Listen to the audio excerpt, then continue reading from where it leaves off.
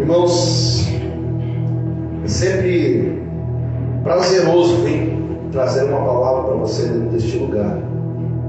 Ao mesmo tempo que sempre falo para a área, dizendo, eu tenho medo também dos irmãos quando eu venho pregar aqui nesse lugar. Eu falo para vocês, irmãos, que em muitas igrejas já preguei, já ministrei para muita gente, para multidões, mas eu quero falar para você que eu não ficava tão apavorado com as multidões, com a igreja que nós temos hoje. Porque eu sei, irmão, o propósito que Deus tem sobre a Menorá. O seu propósito o Senhor tem sobre esta igreja. Então a responsabilidade de vir pregar para pessoas que terão a mesma unção de grandes pregadores, que terão o mesmo chamado de grandes cantores, é uma responsabilidade. Eu queria trazer hoje uma palavra diretamente do céu para a tua vida. Eu queria que você, irmão, refletisse junto comigo nesse texto. Livro de Números, capítulo de número 5, capítulo de número 11, versículo de número 5. Números, capítulo de número 11, versículo de número 5. E como eu estava dizendo, é com grande propriedade que a gente vem ministrar dentro deste lugar. Porque quando a gente chega dentro desse ambiente, a gente olha e fala, e aí os irmãos começam a dar glória a Deus. E aí você começa a ver a atmosfera mudar. Aí vem o peso. Você já viu aqui pregador que veio pregar e disse assim, eu estava ali sentado no banco e Deus mudou a pregação? Porque quando o cara foi preparar a mensagem, ele foi na unção dele. Quando chegou dentro desse lugar, a unção mudou. Quero te falar, irmão, que a responsabilidade é muito grande. E é baseado nessa responsabilidade que eu quero te transferir hoje, essa responsabilidade. Essa responsabilidade do Evangelho. E no livro de Números, capítulo 11, verso 5, ele está falando sobre a murmuração do povo. E ele diz assim, o povo de Israel dizendo, nós nos lembramos dos peixes que comíamos gratuitamente no Egito, e dos pepinos, dos melões, dos alhos silvestres e das cebolas e dos alhos. E agora, nosso apetite desaparece. Não há nada mais do que este maná diante dos nossos olhos. E o maná era como uma semente de coentro, e se parecia com cristal. E o povo se espalhava e colhia, e o moía em moinhos, ou os pisava no pilhão. E cozinhava em panelas e fazia bolos com ele. E o seu sabor era como o sabor de azeite. E quando o orvalho caía de noite sobre o acampamento, o maná também caía sobre ele.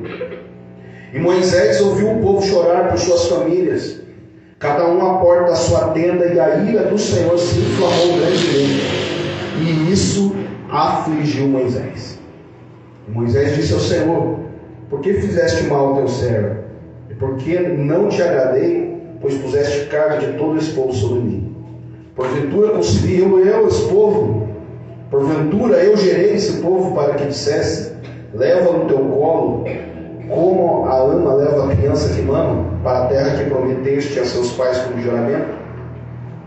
Versículo de número 16. Então o Senhor disse a Moisés, traze-me 70 homens dos anciãos de Israel, que conhece seres os anciões do povo a seus líderes, e os trarás diante da tenda da congregação, para que permaneçam lá contigo. Amém. Pode se sentar. Irmão, essa história, Deus, há muito tempo atrás, já preguei algumas vezes, mas sempre quando eu venho trazer esta mensagem para a igreja, Deus sempre ministra no meu coração dizendo que esta mensagem não são simplesmente para membros. Ela não é uma mensagem para membros. Ela é uma mensagem para líderes. E eu creio, irmão, que Deus está estabelecendo liderança sobre a nossa igreja. Ele está estabelecendo pessoas que se tornarão, quando se colocarem na presença de Deus, líderes, debaixo não somente desta igreja, mas debaixo da igreja de Cristo. Porque quando, irmão, Deus nos chama, Ele não nos chama para a igreja. Ele nos chama para uma obra que Ele tem para fazer. Isso é o primeiro entendimento que você tem que ter na tua cabeça, que Deus não me chama para uma igreja. Deus me chama para a igreja. Qual é a diferença, pastor? Quando Deus te chama para uma igreja, significa que a partir do momento que você sair daquela igreja, você deixou de ser você. Quando Deus te chama para a igreja, você sai de uma, entra em outra, vai para outra, porque Deus vai mudando, o vento sopra onde quer. E você vai indo, irmão, e sempre que nas igrejas onde você passa, você vai crescer. Por quê? Porque você não vai ser aquela pessoa daquela igreja. Não, você é a pessoa que pertence ao corpo de Cristo. E eu vinha meditando nessa palavra, e eu pensava comigo o seguinte: quantos anos será nós temos de crentes aqui na igreja? Somando ali o Marcos, somando o Luciano, somando eu, dá mais de 300 anos, irmão, de crente. E eu pensava comigo e dizia: Deus, por que a gente escuta tanta mensagem? Você já pensou, irmão, quanta mensagem, quanta pregação você já não ouviu? Quanta coisa gostosa, quanta coisa boa, quanta coisa que fez você chorar, que fez você dar risada, que fez você agitar no teu espírito dentro de você, que produziu em você um desejo de buscar ao Senhor mais e mais. Quantas mensagens você já não ouviu? E eu ficava meditando no meu coração e dizia: Deus, nós ouvimos muitas mensagens, mas existe algo na nossa vida, irmão, que é problemático. Nem todas as mensagens que nós ouvimos entram no nosso coração. Nem todas as mensagens que nós ouvimos nós permitimos entrar dentro do nosso coração. Por quê? Porque a mensagem, irmão, quando ela sai daqui do culto, quando ela sai aqui da igreja, ela tem um alvo. E o alvo não é teu intelecto. O alvo não é tua vida financeira. O alvo não é teu milagre, tua cura. O alvo é o teu coração.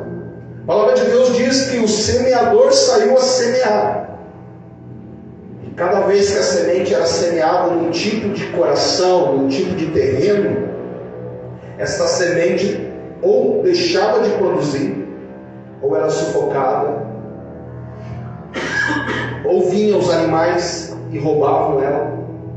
Mas a Bíblia diz que a semente que foi semeada de verdade no coração, em terreno bom, ela produziu 30, 60 e até 100 vezes mais.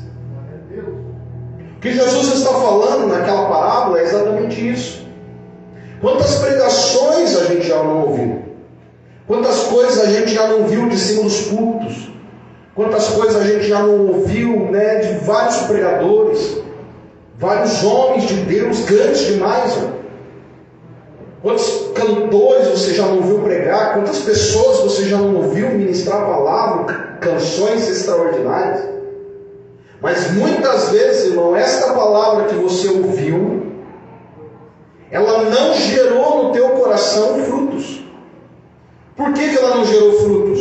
Porque a maneira como você estava aquele dia, você não estava bem. Por que não gera frutos dentro de nós? Muitas palavras, irmão. Porque o nosso terreno está contaminado. Eu olhava lá em casa esses dias e via na grama alguns matos, algumas toceiras que vão surgindo. Deus abençoe. Algumas toceiras que vão surgindo, E essas toceiras, irmão, elas contaminam a grama. Já chego no texto.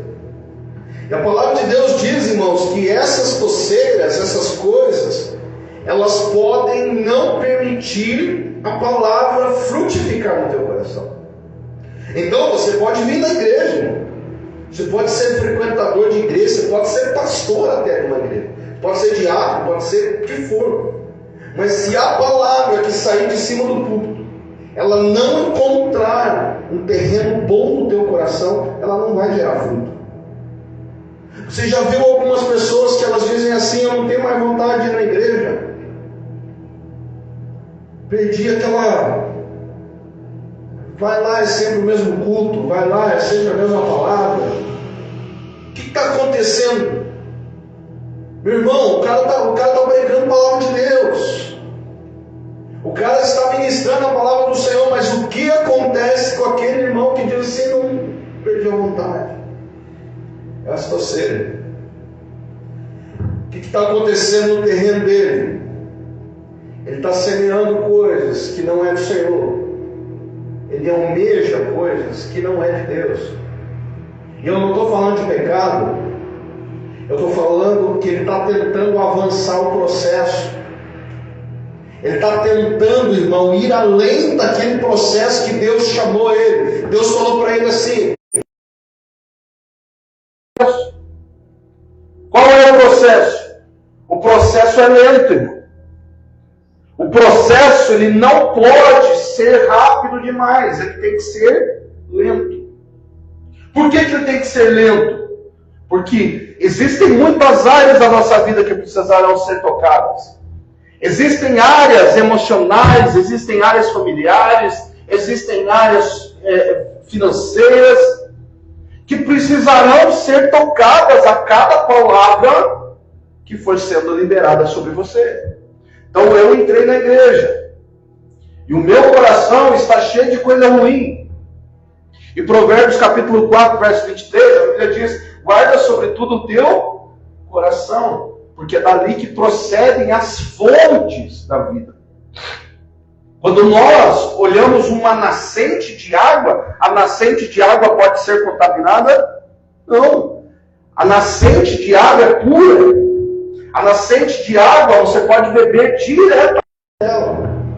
Então, quando você é uma nascente de água, você tem que ser puro. Todas as pessoas que vão vir falar com você vão ser alimentadas por essa nascente. Por quê? Porque a semente lançada sobre você está gerando. Jesus olhou para os discípulos e disse: ei, daqui a pouco vai começar a fluir de dentro de vocês rios de águas vivas. E Tiago, ele fala uma alegoria, ele diz assim: será acaso que a água pode ser pura e pode ser contaminada ao mesmo tempo? Chego para você com um copinho de água assim, eu olho para você, lindo, e digo assim: lindo, essa água aqui é 99% pura, mas eu joguei 1% de veneno aqui dentro. Pode tomar, tem só 1% de veneno. Você vai beber? Vai beber? Alguém que consegue beber? Claro que não, irmão. Por quê? Porque 1% de veneno contaminou 99% da água. Quem é a água? Teu coração. Quando nós permitimos o nosso coração ser contaminado, nós contaminamos todo o corpo. E agora eu quero entrar no texto. A palavra de Deus diz o seguinte, no capítulo número 3 do Êxodo, ele fala que ele chamou Moisés e disse: Moisés, eu levei 40 anos para mudar o teu caráter, Moisés. Você era o príncipe do Egito. Te mandei para se tornar pastor. Olha o processo, 40 anos. Moisés tinha em torno de 80 e poucos anos quando ele é chamado ali. E quando Moisés é chamado ali, ele foi chamado e Deus falou para ele assim: Moisés, eu estou te chamando para você libertar o meu povo. Olha o que Deus falou para ele: eu estou te chamando para você libertar o meu povo. O povo era de Moisés? Não. O que Moisés tinha a ver com o povo? Nada. Era do país dele, mas em si mesmo assim, Moisés não era presidente do povo. Moisés nem líder era. Tanto que ele chega para Deus e diz assim: Deus, como que esse povo vai ter credibilidade quando eu chegar para eles e dizer assim: Deus mandou eu? Aí Deus dá 2 sinais para ele: o cajado virar cobra e a mão, ficar leprosa. Quando Moisés chega para o povo e faz esse sinal, o povo crê. Só que o povo, irmão, eles imaginavam, certo, na cabeça deles, dizendo assim: a minha vida vai ser muito melhor, porque eu vou deixar de ser escravo. Só que Deus, irmão, chama o povo não para palácios, não para um reino, chama o povo para o deserto. Quando Deus tirou o povo da escravidão, Ele mandou o povo para o deserto. Pensa comigo, irmão. Aquele mar de Junco, não é o mar vermelho que o povo passou, só para informação tua, mar de Junco. Quando o povo chegou na frente do mar de Junco e se abriu o mar, e o povo passou, foi o batismo do povo. Gerou fonte de águas vivas dentro deles, porque agora eles estão debaixo da cobertura de Deus. Eles se converteram naquelas águas, e o povo entra para o deserto, e Deus está prometendo coisas extraordinárias para ele. Ele diz assim: meu povo, vocês vão ficar em torno de 20 dias aí no deserto para chegar em Canaã. Mas quando você chegar em Canaã, lá vai ter uva, lá vai ter vinho, lá vai ter um monte de comida, lá vai ter fruta, verdura. E Deus vai falando, pô, terra de Canaã é a terra que emana leite e mel. Mas o povo, irmão, o povo, nem todo mundo é igual. Quando o povo entra no deserto, a fonte começa a se contaminar. Aquele batismo nas águas, as pragas que Deus mandou, os milagres que eles viram, começa a ser esquecido. E começa a haver rebeliões. E começa a haver coisas extraordinárias, irmão, que dúvida de liderança. Certa vez chego para Moisés e diz assim: ô Moisés, que negócio que é esse que é só tua família que é usada, Moisés? Você colocou tua irmã aí para ministrar louvor, você colocou teu irmão aí para ser sacerdote, todos os filhos dele são sacerdotes, e eu? Onde é que eu fico, Moisés? Começa a gerar, irmão, conflito. Está vendo aí a igreja?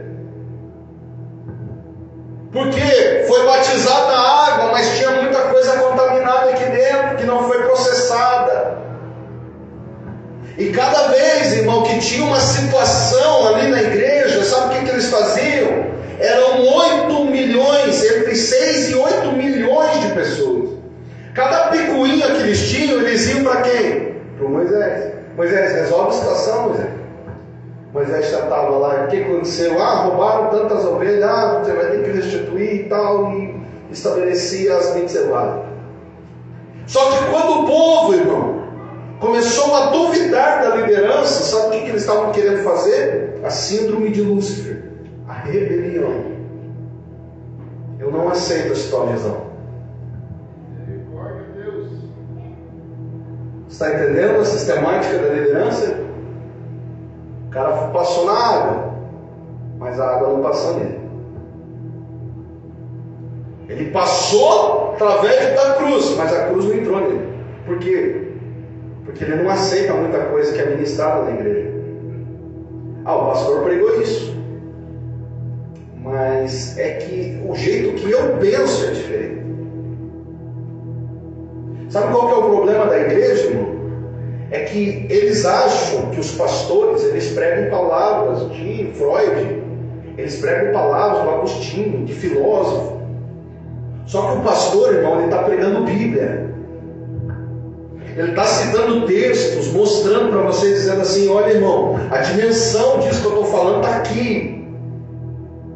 Mas a pessoa acha que a liderança está tirando aquelas palavras dela mesma. Quando no teu coração começa a gerar dúvidas pela palavra que você escuta, é a síndrome de Lúcifer entrando no teu coração.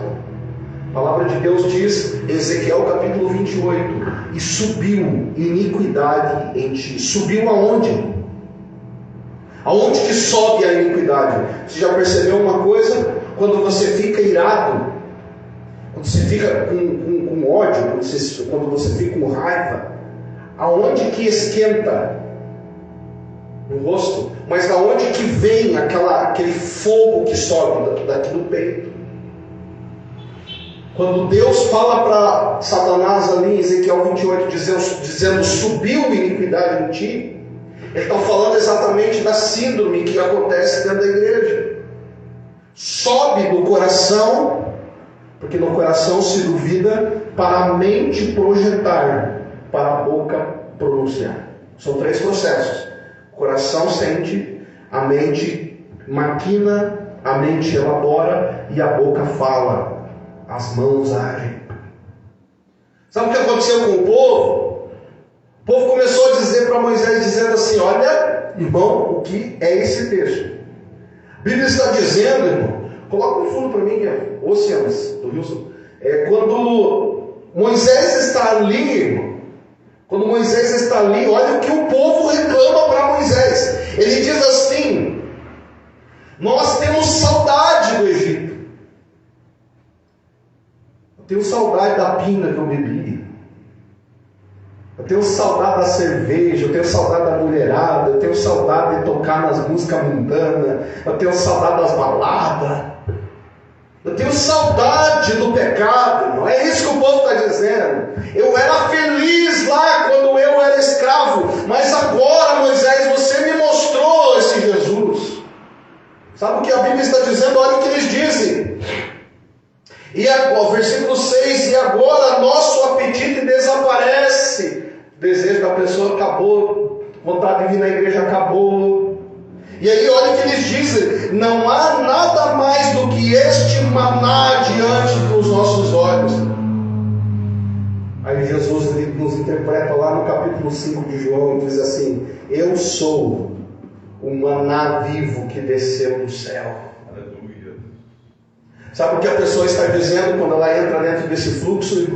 Ela está dizendo assim: Jesus não me alimenta mais. Não é suficiente o maná. O maná de Jesus não é suficiente mais. Então eu sinto saudade da minha vida passada. O povo estava chegando para Moisés dizendo: Moisés, esse Jesus que você está pregando aí, Moisés, a mim não serve. Eu entrei para a igreja, perdi tudo, Moisés. Olha o que aconteceu com minha vida. Minha vida não vai para frente, minha vida não anda.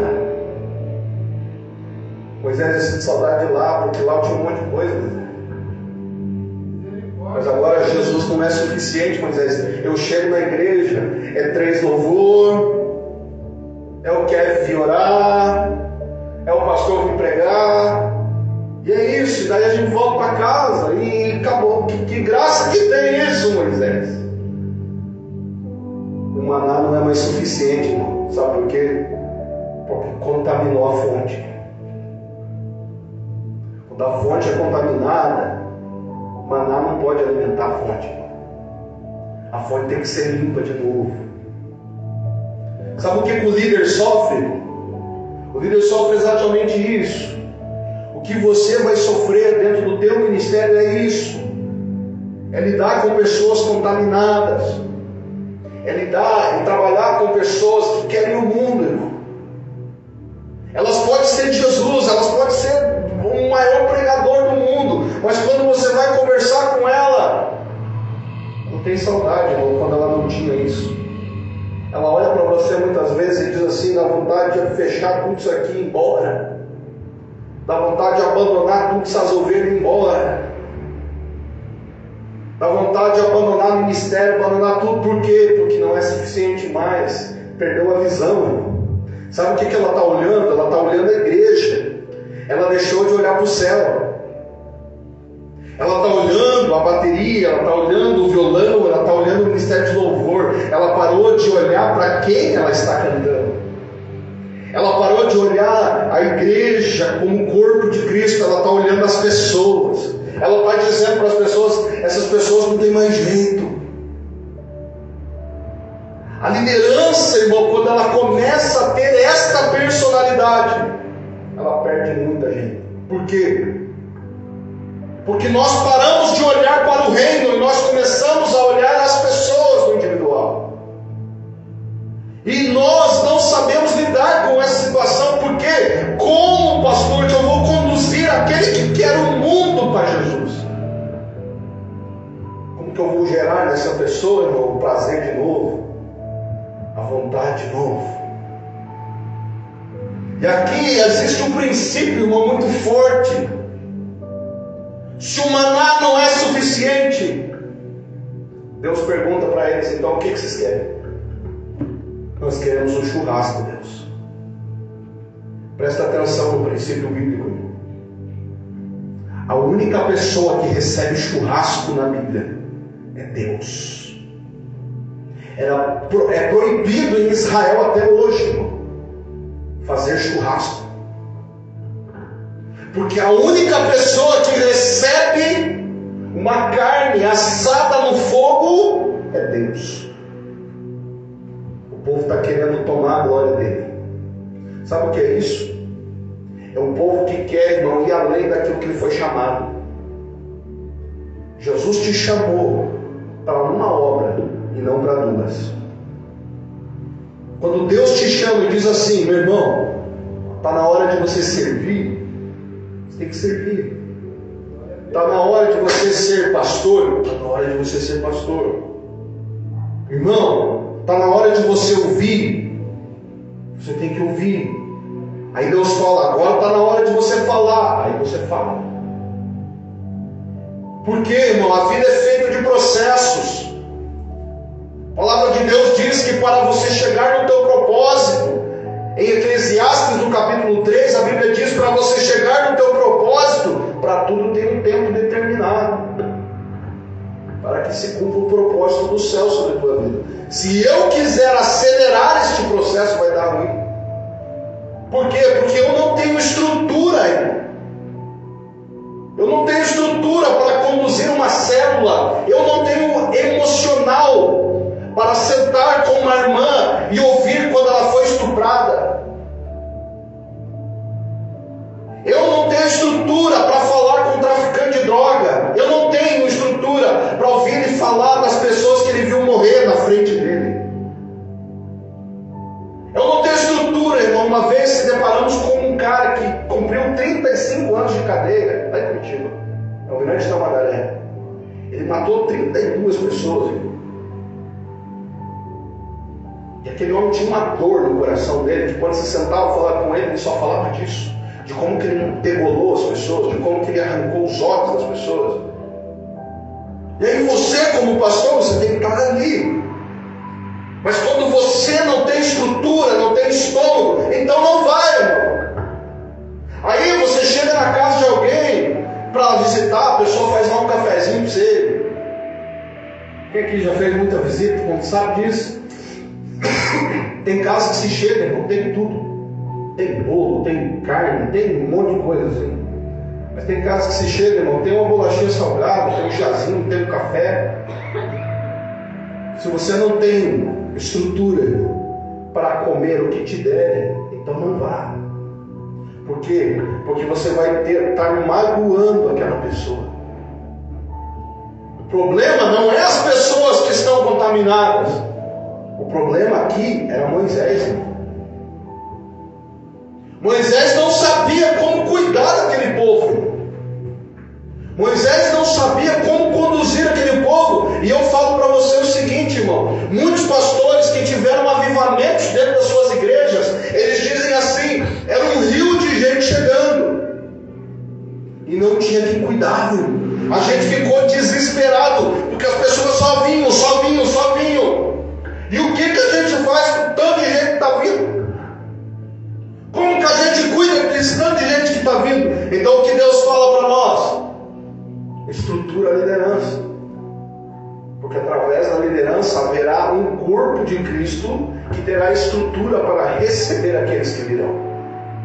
Só que se esse corpo que você está estruturando não tiver baseado na palavra, mas nas opiniões próprias, Vai dar ruim. Por que vai dar ruim, pastor? O reino dividido não subsiste. O irmão chega para você e diz assim: eu não concordo com a visão do pastor. Aí vocês estão numa reunião de obreiro, aí os obreiros começam a cochichar: ô, você lembra lá aquela situação lá de viajar? Você lembra lá que o pastor estava errado, né? Errou mesmo. Entendeu? Começa assim, irmão. Por quê? Porque não tem estrutura, não tem visão.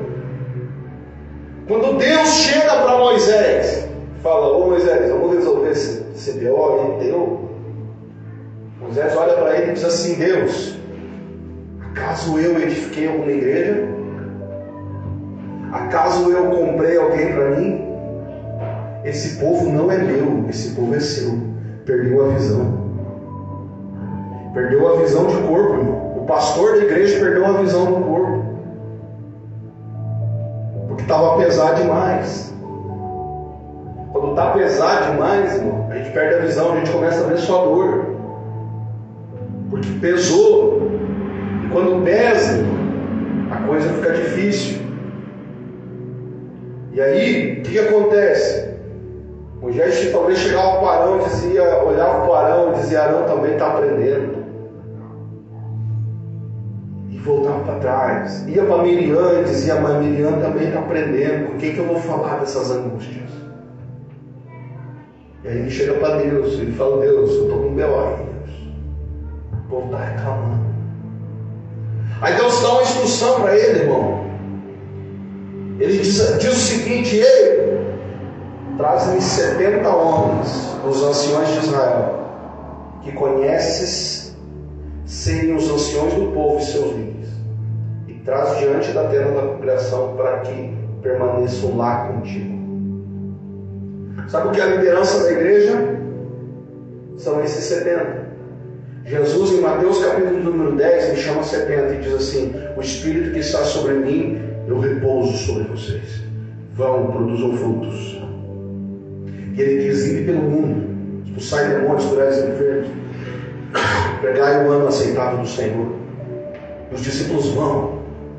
Tem uns discípulos que voltam e dizem: ô Jesus, verdade mesmo. Os demônios, quando a gente expulsa eles vão embora.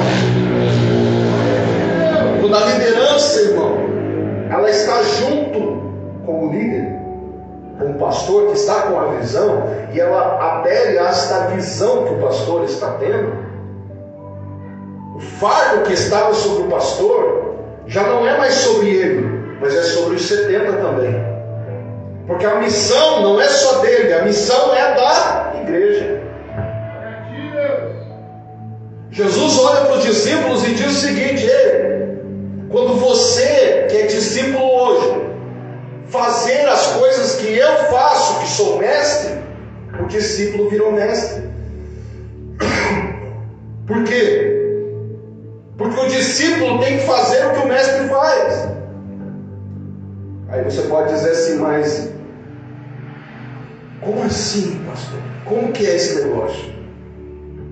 Aí Deus fala para Moisés, versículo 17: eu descerei e falarei contigo.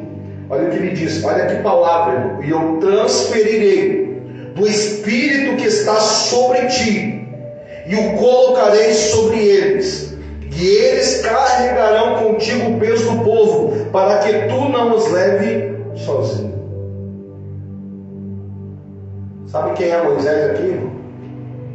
Não sou eu, é Yeshua. Porque quem te transportou das trevas da escravidão para a maravilhosa luz não foi o pastor que te ganhou para Jesus, foi ele. Obrigado, Jesus. Sabe o que Deus está falando para você hoje? Ei, entra na tenda da congregação junto comigo, e do Espírito que está sobre Cristo eu descerei sobre você, para que junto com ele o fardo dele seja dividido com vocês. Se o maná não é suficiente para a igreja, a presença de Jesus é.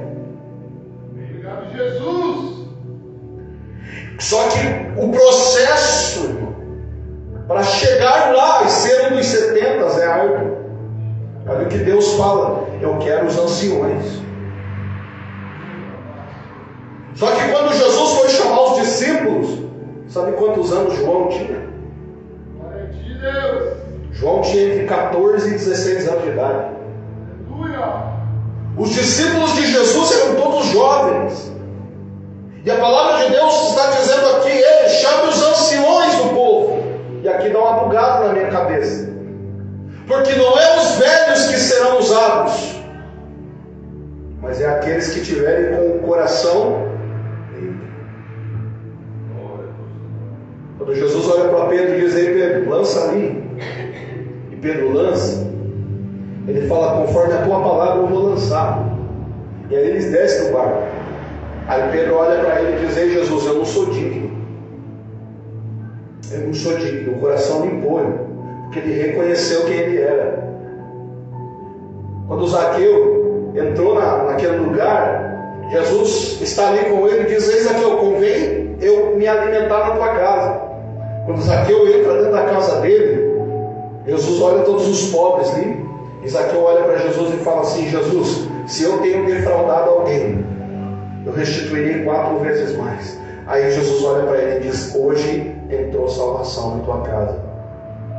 E Jesus olhou para ele e disse: ei, convém eu estar com você. Mas só entrou a salvação na casa de Zaqueu quando Zaqueu confessou para ele. Irmão, vai ter muita gente na igreja como Zaqueu, que Jesus olhou para ele e disse: ei, convém estar dentro da tua casa. E a igreja vai estar cheia de pessoas assim. Mas as pessoas, elas não deixarão esse coração ser limpo. O coração delas estará contaminado. Então a sua boca vai falar palavrão.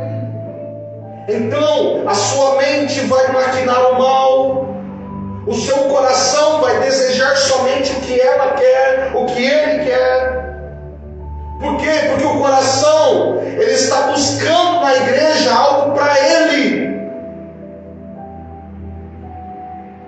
Esse é o problema, irmão. Estamos na igreja buscando algo para nós, não para o corpo. Estamos na igreja buscando algo para mim, que seja confortável para mim, um lugar que seja saudável para mim, mas não para o corpo. Eu não quero desenvolver o meu ministério, por quê? Porque desenvolver o ministério é árduo. Eu vou ter que ler, eu vou ter que orar, eu vou ter que jejuar, eu vou ter que levantar de madrugada, eu vou ter que cumprir horário na igreja. Vai ter coisas, irmãos, ruins que você fazer, por quê? Porque você não foi chamado para ser membro, você foi chamado para ser líder, e do líder exige mais do que do membro. Falava com o Marco ontem, dizendo: Marco,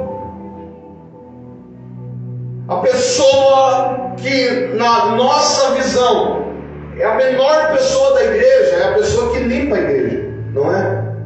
Assim, na ótica ministerial, na nossa visão humana, é a pessoa que limpa a igreja. E eu olhava para ele e dizia assim: até a pessoa que limpa a igreja está fazendo parte do ministério de Jesus. E essa pessoa que está limpando a igreja, ela está sendo participante do mundo espiritual. E com isso, o mesmo ataque que o pastor vai ter, o mesmo ataque que a pessoa que está na diaconia vai ter, é o mesmo ataque que essa pessoa terá. Pode baixar. Essa pessoa, ela terá o mesmo ataque espiritual de qualquer outro. Por quê? Porque ela está sendo participante do corpo. Quando você é participante do corpo, dependendo do ministério onde você esteja, dependendo do lugar onde você esteja, você vai sofrer. Falávamos com os irmãos ali, com o Márcio, com a Linda, dizendo sobre retaliação. Você acha, irmão, que você não vai ser retalhado pelo diabo, sendo que você ganhou uma alma para Jesus no domingo? Sendo que os membros chegaram aqui, viram a igreja toda arrumadinha, toda legal. Você acha que as pessoas vão olhar e dizer: nossa, mas é uma igreja bem arrumada, é uma igreja gostosa de você ficar. Você acha que você que vem limpar a igreja não vai ser atacado? Você acha que você ajuda aqui no financeiro da igreja, dízimo e oferta, você não é participante da vida de pastores que a gente tem enviado dinheiro para missões? Você acha que o peso que está sobre o ministério desses pastores não vai cair sobre a tua vida? É que você não pensa, irmão. Quando você é líder, você pensa em tudo isso. Você diz assim: cada ação minha vai gerar um movimento espiritual no Senhor. Eu vou abrir minha casa e fazer uma célula. Você acha que você não vai ter ataque espiritual? Então fica aí. Só que vai chegar uma hora que o maná não vai ser suficiente. Vai chegar uma hora que Jesus não será suficiente para você. Você vai começar a perder o desejo de vir para a igreja. Por quê? Porque o alimento que está te alimentando é conforto. O alimento que está te alimentando é prazeres da carne. O que está te movendo é a visão que você está tendo da vida. Vontade de ler a Bíblia vai embora, irmão. Vontade de orar vai embora. Vontade de jejuar vai embora. Por quê? Porque o propósito que Deus tem para você é um, e o que você está buscando é outro. O livro de Efésios, capítulo número 2, verso 10. A palavra de Deus diz que Deus preparou obras para cada um de nós aqui, de antemão. E quando nós estamos debaixo dessas obras que Deus preparou, irmão, vai ter luta, vai ter desafio, é cansativo. E aí quando você diz assim: Deus, eu estou muito cansado, Senhor, disso aí, eu quero outra coisa. Olha lá, as pessoas estão conquistando viagens, as pessoas estão conquistando carro, olha a família deles lá, tudo saudável, e a minha sempre doente. Olha lá, Deus, nossa, eles são tão felizes. Olha lá, a mulher está dando risada, a minha esposa é tão triste. Eu sou triste, Deus, por quê? Aí Deus fala com você: porque o propósito de você é um, deles é outro. O caminho deles é para baixo e o seu é para cima. Só que a visão que eu tenho que ter, irmão, é do céu. De tudo aquilo que eu faço é por causa do céu. Se eu olho para as pessoas, eu paro de fazer. Mas quando eu olho para Ele, porque eu estou junto com Ele, na frente da tenda, e o Espírito que está sobre Ele é o mesmo Espírito que está sobre mim, e eu estou carregando junto com Ele o fardo, e Ele diz em Mateus 11, dizendo: o meu fardo é leve, o meu fardo é leve. Só que contaminou o coração, por isso que o fardo está pesado, por isso que você não está conseguindo andar no propósito, porque a fonte foi contaminada. O que nós temos que fazer, pastor? Vamos voltar, vamos se arrepender da onde a gente caiu. Primeiro é no livro do Apocalipse, capítulo 3, verso 8, a Bíblia diz o seguinte: ei, vocês pecaram, porque vocês perderam o primeiro amor, então vocês têm que se arrepender para voltar. E o Senhor está falando isso com uma palavra de misericórdia, com uma palavra de amor, com uma palavra de carinho, irmão. Arrependam-se, porque é tempo. Mas aquele que ouvir, ouça o que o Espírito diz para a igreja.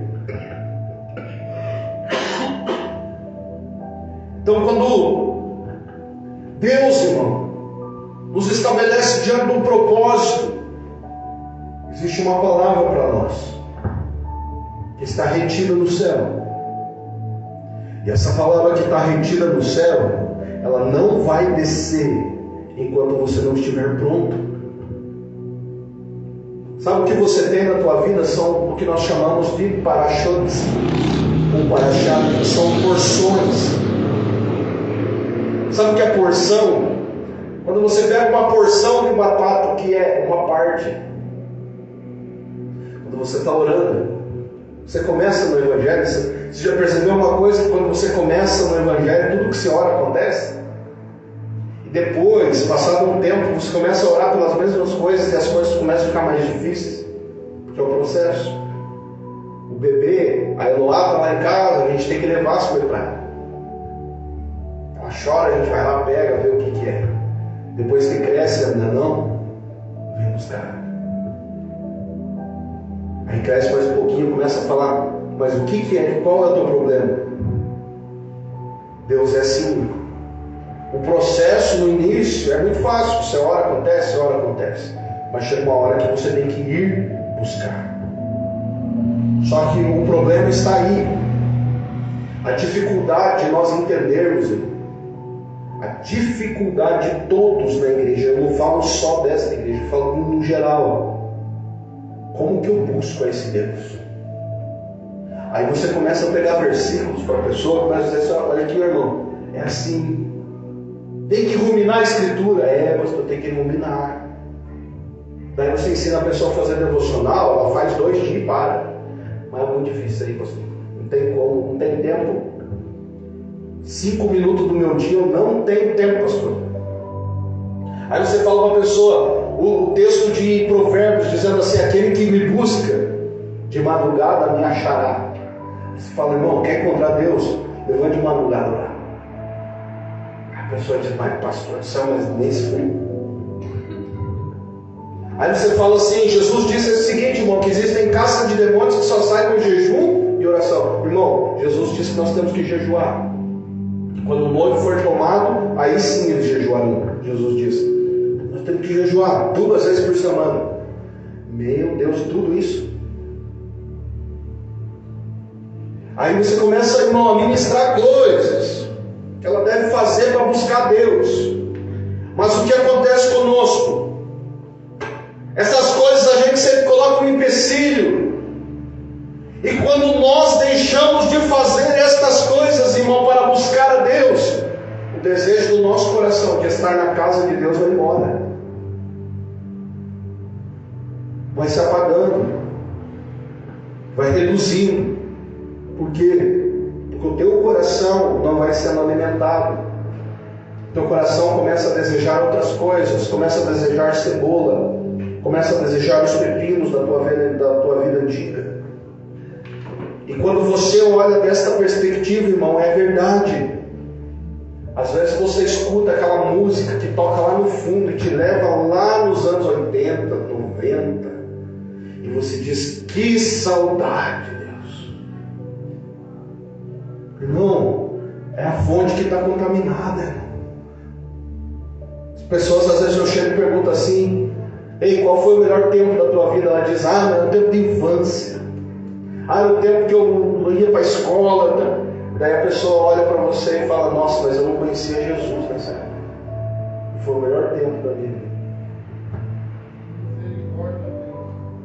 É isso, irmão, a fonte não está limpa, não teve um encontro com Ele.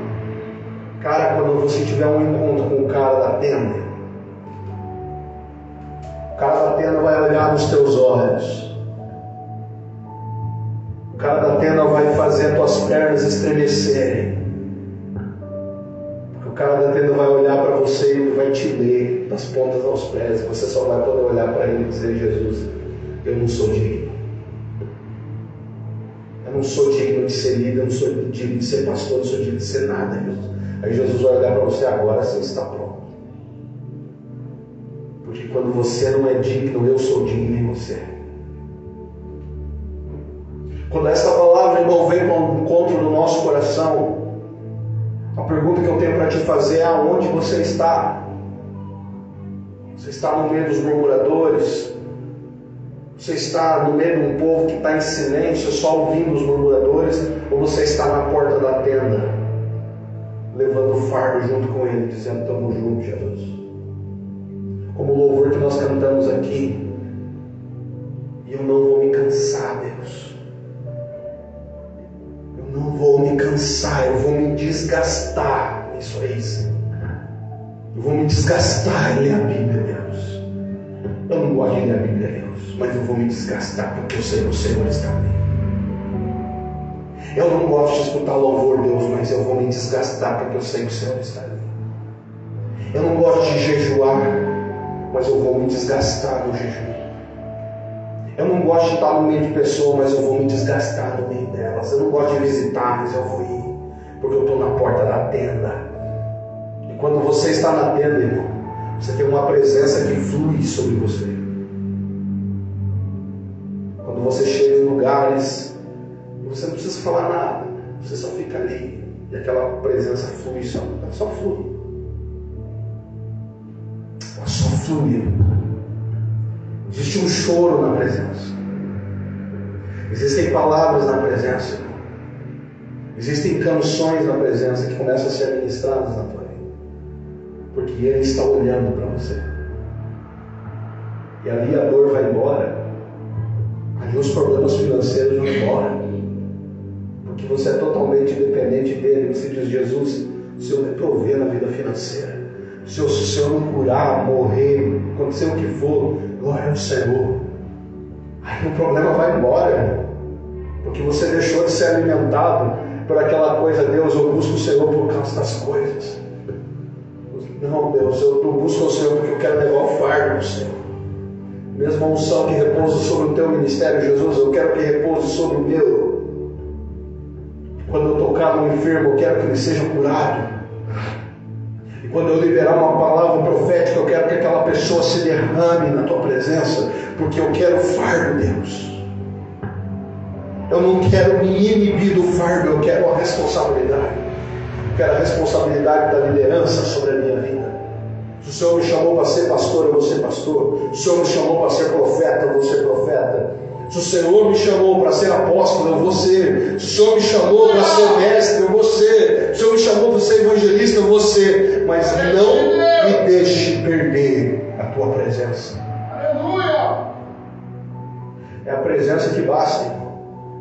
Falávamos aqui no início do ensaio com os irmãos, às 5 horas, a gente chegou e começou a comentar sobre adoração, e eu falei para eles que existem 3 tipos de coisas na música.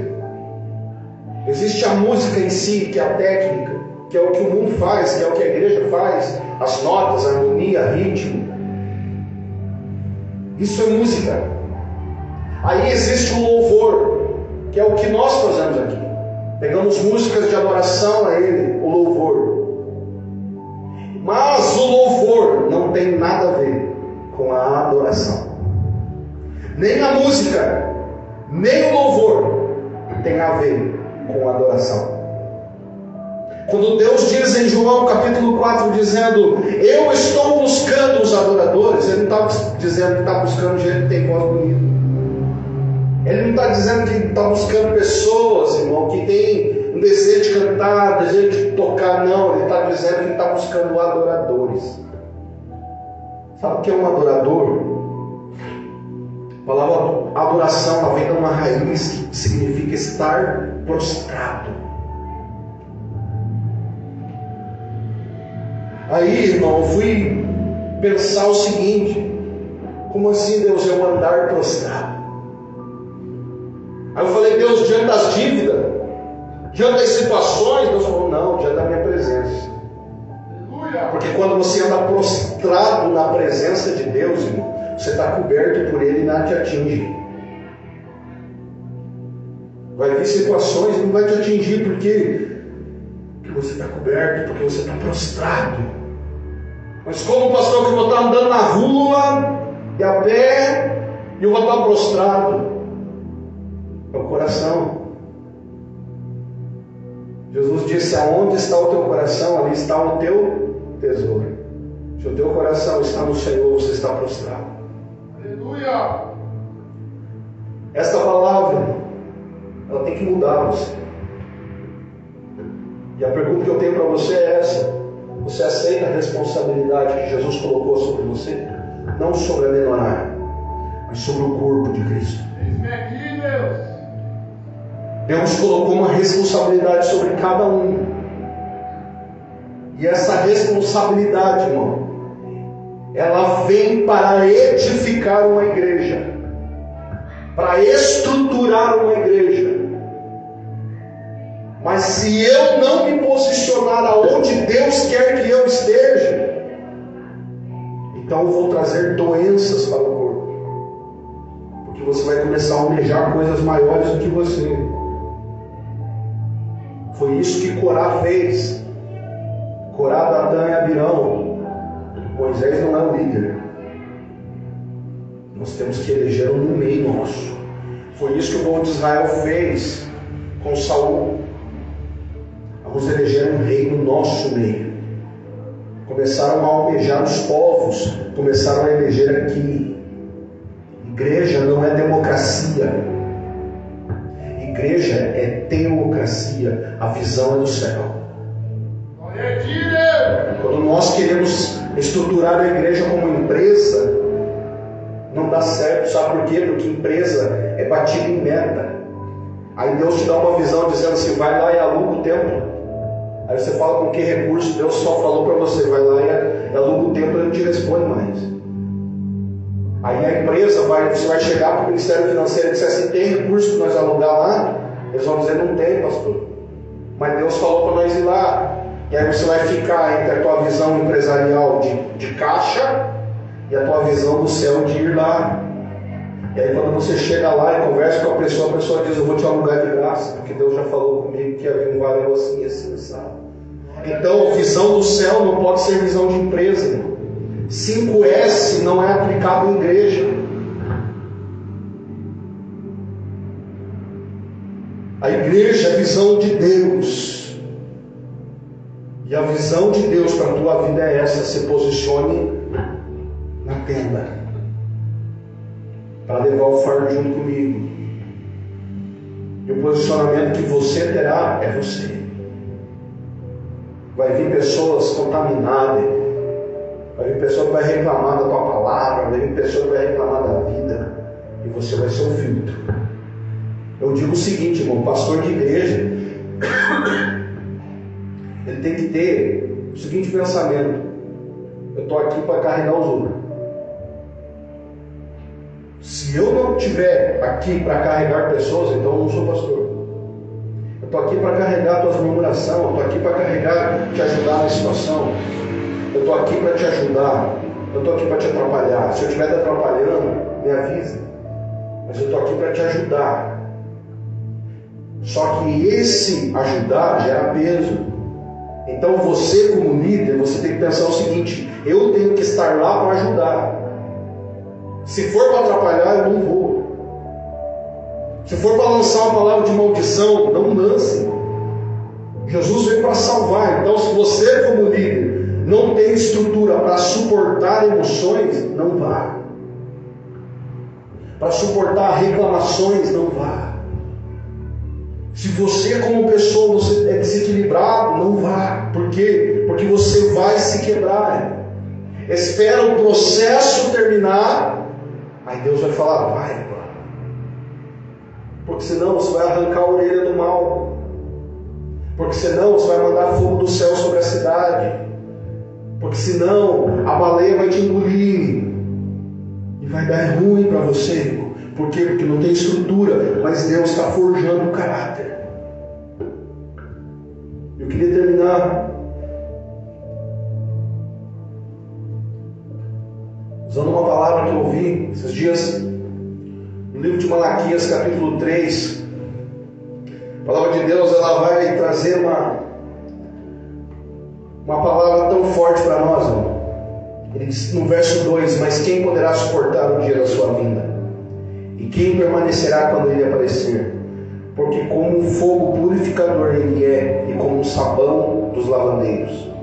Ele se assentará como um refinador e purificador de prata, e aos filhos de Levi purificará, como o ouro e a prata serão purificados, e serão apresentados por eles como ofertas de justiça.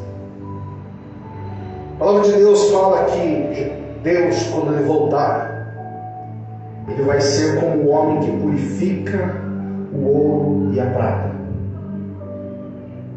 E o interessante disso, irmão, é que como a pessoa purifica o ouro e a prata é muito lindo. E nos ensina muita coisa. Porque a pessoa, ela pega e faz o fogo aqui. E ela senta. Ela faz o fogo e ela se assenta. E ela põe a bandeja no fogo e ela coloca a prata ou o ouro naquela bandeja. E ela fica ali e o ouro vai cozinhando e ele fica líquido. Só que aquele ouro está contaminado, cheio de coisas, cheio de minerais, e para ele se tornar puro, ele precisa superaquecer muito. A palavra de Deus diz, irmão, que Deus será esta pessoa que se assentará e colocará uma bandeja e colocará nós em cima dessa bandeja e ele irá purificar. E a palavra diz que esse homem, ele é o purificador do ouro. E quando ele coloca ali, o mais interessante é que o ponto do ouro é quando reflete o rosto daquele que está purificando. Quando ele consegue se ver no ouro. Você está entendendo, irmão? Que o processo para você ser líder, o processo para você ser o propósito que Deus colocou na tua vida, você vai ser inserido no fogo para tirar todas as coisas da tua vida, até que Ele seja refletido em você. A palavra de Deus diz no livro do Êxodo 34 que Moisés subiu um dia no monte. Quando ele chega na frente de Deus, ele diz: Deus, eu quero ver a tua glória. E quando Moisés desce do monte, o rosto de Moisés estava com a glória de Deus. Jesus deixou uma glória para nós, igreja.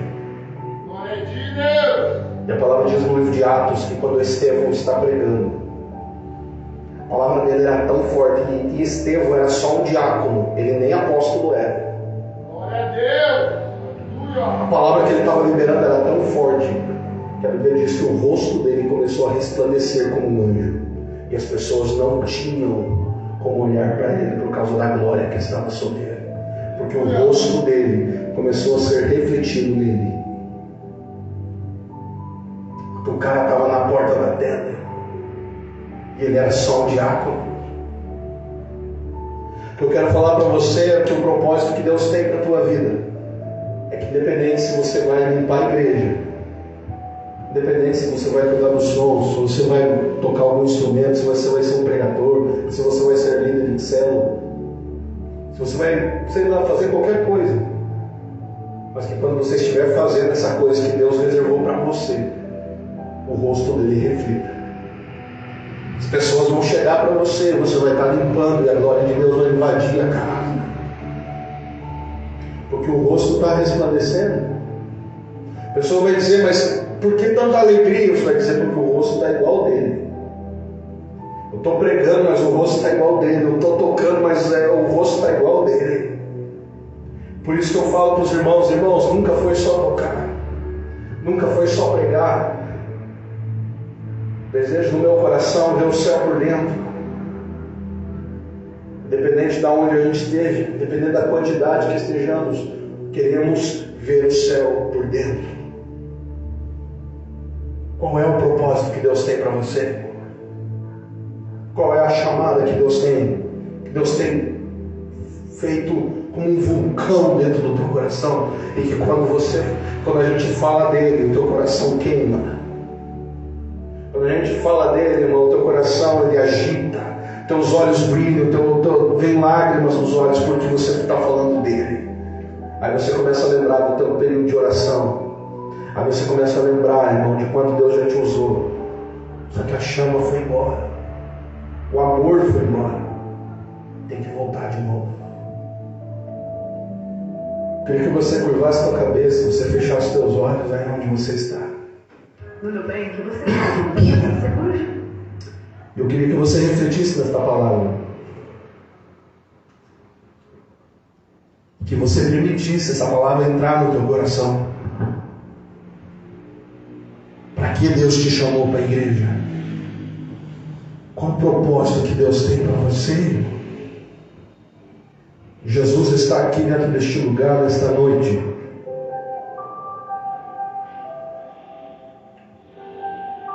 E Ele quer falar com você. Ele não quer me usar para falar com você. Ele quer falar aí dentro. Então eu não sei se você vai chorar, se você vai dobrar o teu joelho, se você vai se colocar de pé. Eu não sei se você vai rasgar a tua alma. Mas que Ele vai falar no teu coração, Ele vai.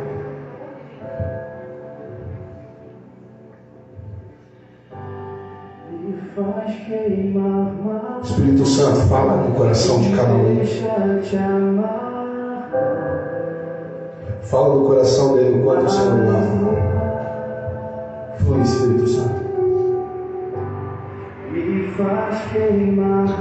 Pode aumentar mais, né? Me deixa te amar. Faz fluir, Espírito Santo. Começa a dar visão. Começa a dar uma visão. Abre os olhos espirituais. Abre esse coração. Abre esta alma, Deus. Abre essa, Senhor Deus, essa mente que está estressada, que está corrompida, Deus. Fala com ele, Deus. Sopra, Senhor. Sopra, Jesus. Mais do que eu te amei ontem, mais do que eu te amo hoje, me deixa te amar. Fala, Deus. Ministra nesse coração, Deus. Mais do que eu te amei ontem, mais do que eu te amo hoje, Coloca de deixa pé. te amar.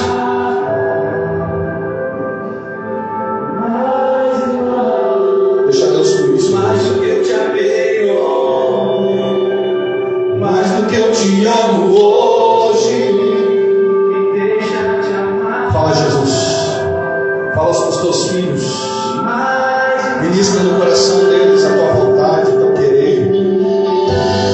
Me faz queimar mais, Em nome de Jesus. deixa te amar. Tira as escamas dos olhos, as escamas do coração. Libera sobre nós a tua presença. Renova a nossa fé nesta noite, Deus. Renova o nosso amor por ti, Deus. Deixa te amar.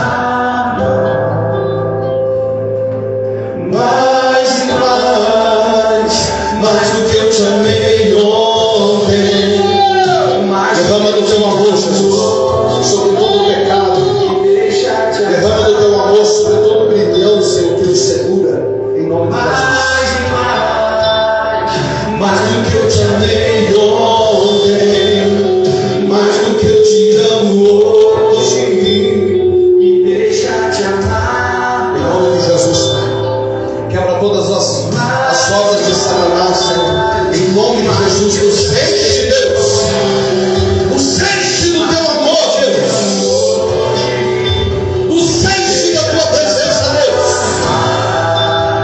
Rompe no nosso coração a tua presença, Deus.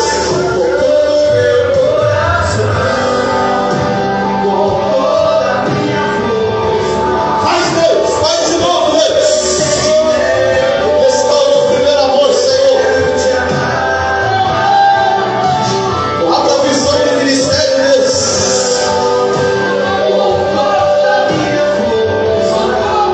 Em nome de Jesus. Em nome de Jesus, Pai.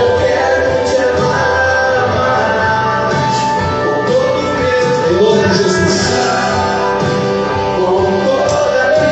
Vou baixar só um pouquinho. Senhor, meu Deus. Os teus filhos sintam o seu fluir, Pai.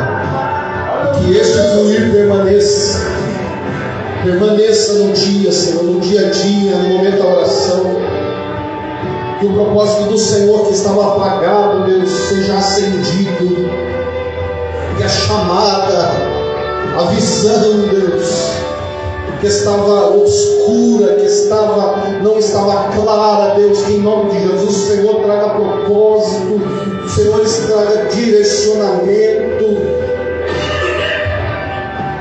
o Senhor traga a presença do Espírito Santo. Então faz fluir, Deus, faz fluir a tua misericórdia, o teu amor, tirando todo o ranço, tirando tudo aquilo que é ruim de dentro do nosso coração. Limpa a fonte, Deus, e produz em nós um amor pelo Senhor muito grande, um amor pelas vidas muito grande, e que esse propósito permaneça em nós, Deus, em nome de Jesus. Amém. Estenda suas mãos assim. Você que tem sua oferta, seu dízimo, irmão, Deus não dá daqui na frente, pode estar ofertando na saída. Eu gostaria de orar pelas essas tuas mãos, irmãos. Gostaria de abençoar, porque essas mãos é o objeto que toca os nossos filhos, é o objeto que toca as coisas que você faz, toca o carneiro da barbearia, toca os produtos do mercado, toca os produtos que eu vendo. Essas mãos aí, irmão, e a palavra de Deus diz que aonde eu tocar a planta dos pés, que o Senhor decrete que é meu. Mas nesta noite eu quero declarar sobre a tua vida que aonde você colocar a planta das tuas mãos, que seja um lugar de bênção. Que em nome de Jesus, irmão, que essa mão sua seja consagrada ao Senhor. Que ela não seja uma mão de morte, mas que ela seja uma mão que estenda a paz. Que ela seja uma mão que estenda o amor, o carinho. Que em nome de Jesus, que aonde você tocar haja prosperidade. Que aonde você projetasse, que a presença de Deus flua através dessas mãos. Que o Senhor cure através delas. Que o Senhor liberte através delas. Que o Senhor transforme ambientes através delas. Que a comida que você faz com elas seja bênção. Que a casa que você limpa seja bênção. Que aonde você colocar essas mãos, irmão, que seja a presença de Deus sobre elas, em nome de Jesus. Em nome de Jesus, sobre o teu casamento, sobre os teus filhos, sobre a tua saúde, em nome de Jesus. Que o Senhor te abençoe e te guarde. Que o Senhor faça resplandecer a glória sobre ti e tenha misericórdia de ti. Que o Senhor levante o teu rosto e te dê a paz. Que a presença de Deus seja sobre essas mãos agora, Deus. A presença do teu Espírito seja sobre essas mãos agora, Deus. Alguns irmãos sentirão que a mão irá esquentar, porque é o fogo do Espírito Santo te tocando. Aleluia. Deus começou a falar no meu coração, dizendo que é o fogo do Espírito Santo te tocando nas tuas mãos. Glória a Deus. Em nome de Jesus, que essas mãos fluam na presença de Deus. Que essas mãos sejam instrumentos do Senhor. Em nome de Jesus. Que o grande amor de Deus, a graça do nosso Senhor Jesus e a comunhão do Espírito Santo seja com você e com tua casa. E você diz amém. Deus abençoe sua vida em nome de Jesus.